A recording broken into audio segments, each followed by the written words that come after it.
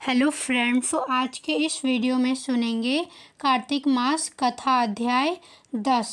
राजा पृथु बोले, हे महर्षि नारद, आपको प्रणाम है। कृपया अब यह बताने की कृपा कीजिए कि जब भगवान शिव ने अपने मस्तक के तेज को क्षीर सागर में डाला तो उस समय क्या हुआ। महर्षि नारद बोले, हे राजन, जब भगवान शिव ने अपना वह तेज क्षीर सागर में डाल दिया तो उस समय वह शीघ्र ही बालक होकर सागर के संगम पर बैठकर संसार को भय देने वाला रुदन करने लगा। उसके रुदन से संपूर्ण जगत व्याकुल हो उठा, लोकपाल भी व्याकुल हो गए, चराचर चलाए मान हो गए। शंकर सुवन के रुदन से संपूर्ण ब्रह्मांड व्याकुल हो गया। यह देखकर सभी देवता और ऋषि मुनि व्याकुल होकर ब्रह्मा जी की शरण में गए और उन्हें प्रणाम कर उनकी स्तुति करने लगे। उन सभी ने ब्रह्मा जी से कहा, हे पितामह, यह तो बहुत ही विकट परिस्थिति उत्पन्न हो गई है। हे पितामह, इसको नष्ट कीजिए। देवताओं के मुख से इस प्रकार सुनकर ब्रह्मा जी सत्यलोक से उतरकर उस बालक को देखने के लिए सागर तट पर आए। सागर ने ब्रह्मा जी को आता देखकर उन्हें प्रणाम किया और बालक को उठाकर उनकी गोद में दे दिया। आश्चर्यचकित होते हुए ब्रह्मा जी ने पूछा, हे सागर, यह बालक किसका है? शीघ्रतापूर्वक कहो।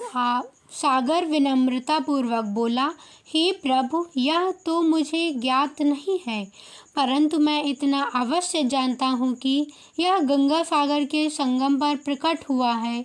इसलिए हे जगत गुरु, आप इस बालक का जात कर्म आदि संस्कार करके इसका जातक फल बताइए। नारद जी राजा पृथु से बोले, सागर ब्रह्मा जी के गले में हाथ डालकर बार बार उनका आकर्षण कर रहा था। फिर तो उसने ब्रह्मा जी का गला इतनी तेज जोर से पकड़ा कि उससे पीड़ित होकर ब्रह्मा जी की आंखों से अश्रु टपकने लगे। ब्रह्मा जी ने अपने दोनों हाथों का जोर लगाकर किसी प्रकार सागर से अपना गला छुड़वाया और सागर से कहा, हे सागर सुनो, मैं तुम्हारे इस पुत्र का जातक फल कहता हूँ।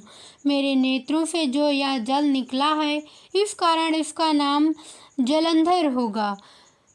उत्पन्न होते ही यह तरुणावस्था को प्राप्त हो गया है, इसलिए यह सब शास्त्रों का पारगामी, महापराक्रमी, महावीर, बलशाली, महायोद्धा और रण में विजय प्राप्त करने वाला होगा। यह बालक सभी दैत्यों का अधिपति होगा। यह किसी से भी पराजित न होने वाला तथा भगवान विष्णु को भी जीतने वाला होगा। भगवान शंकर को छोड़कर यह सबसे अवध्य होगा। जहाँ से इसकी उत्पत्ति हुई है, यह वहीं जाएगा। इसकी पत्नी बड़ी पतिव्रता, सौभाग्यशालिनी, सर्वांग सुंदरी, परम मनोहर, मधुर वाणी बोलने वाली तथा शीलवान होगी।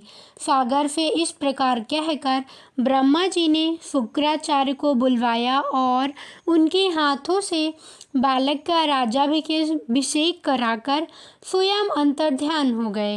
बालक को देखकर सागर की प्रसन्नता की सीमा न रही। वह हर्षित मन से घर आ गया। फिर सागर में उस बालक का लालन पालन कर उसे पुष्ट किया। फिर कालनेमि नामक असुर को बुलाकर वृंदा नामक कन्या से विधिपूर्वक उसका विवाह करा दिया। उस विवाह में बहुत बड़ा उत्सव हुआ। महर्षि शुक्राचार्य के प्रभाव से पत्नी सहित जलंधर दैत्यों का राजा हो गया। मेरी यह कथा आपको कैसी लगी मुझे कमेंट करके ज़रूर बताइएगा। धन्यवाद।